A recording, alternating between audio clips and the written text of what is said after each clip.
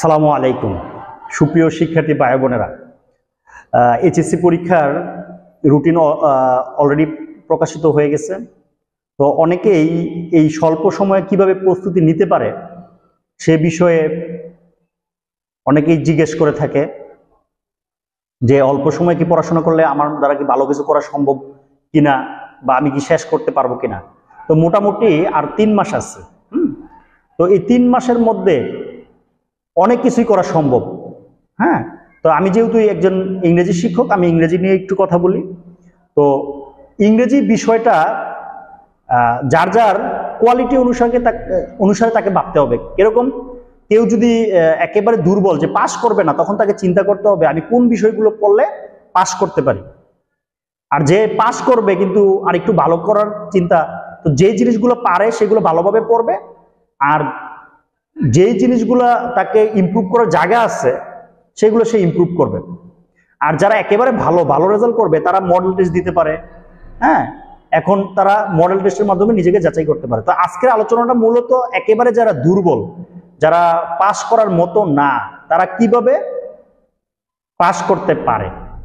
তো যদি সিলেবাসটা আমরা দেখি যে ফার্স্ট পেপার এবং সেকেন্ড পেপারে, রিটেন পার্টে ফার্স্ট পেপারে 40, কারণ ফার্স্ট পেপারে আসবে একটা graph and chart 15, completing story 15 এবং একটা লেটার অথবা ইমেল 10, 40। আবার সেকেন্ড পেপারে 2টা প্যারাগ্রাফ 30 আর একটা অ্যাপ্লিকেশন 10, 40, তা 80। তো ফার্স্ট পেপার এবং সেকেন্ড পেপার মিলে 66 যদি সে পাইতে পারে সে পাস করবে। তো এখন এই 80 মার্কস আমাদের কমন টপিক, দ্যাট মিনস আমরা কিছু না কিছু লিখতে পারবো যদি পরীক্ষার কেন্দ্রে, যেহেতু আমরা পরীক্ষা দিব আর আমরা প্যারাগ্রাফ, লেটার, অ্যাপ্লিকেশন এগুলো তো মিস করি না সাধারণত, এগুলো তো আমরা লিখি। তো এই বিষয়গুলা যেই প্যারাগ্রাফ, লেটার, অ্যাপ্লিকেশন আসতে পারে, সে ভাষায় প্রচুর লিখার প্র্যাকটিস করলে যদি এখান থেকেও সে 50% মার্কস ক্যারি করতে পারে, তাও তো 80 থেকে তার 40 এসে পড়ে, ঠিক না? তাহলে আর লাগে কত? 26 প্রয়োজন। তো এর মধ্যে ফার্স্ট পেপারে আমাদের কিন্তু সামারি আছে, তারপরে সামারিতে 10 আছে। এখানেও যদি সে প্যাসেজ থেকে কিছু ঘুরে ফিরেও যদি লিখতে পারে তাহলে তো 50% মার্কস আশা করতে পারে। দেন কোশ্চেন অ্যান্সার আছে, তো কোশ্চেন অ্যান্সারে কিন্তু 15। তো কোশ্চেন অ্যান্সার গুলো সে যে কিছু না কিছু লেখে, টিচার কিন্তু তাকে কিছু না কিছু মার্ক দেবে। যদি এখানে 50% মার্কস ক্যারি করতে পারে তাহলে তো সে এখানে কিছু না কিছু মার্কস পাবে।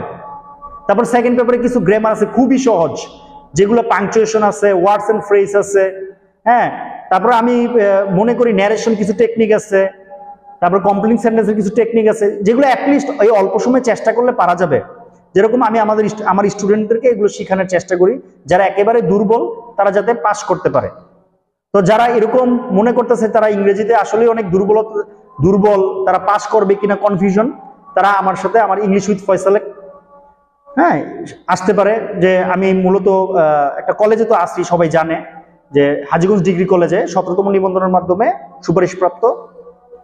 তো এইখানে আমি মূলত এখন হাজীগঞ্জ যেই স্টুডেন্টদেরকে ইংরেজি অফলাইনে তো সেখানে চেষ্টা করতেছি, যারা ইংরেজিতে দুর্বল, খুব মনে করতেছে যে কিভাবে পড়লে পাস করতে পারবো, তারা আমার সাথে আমার ক্লাসে জয়েন হতে পারে।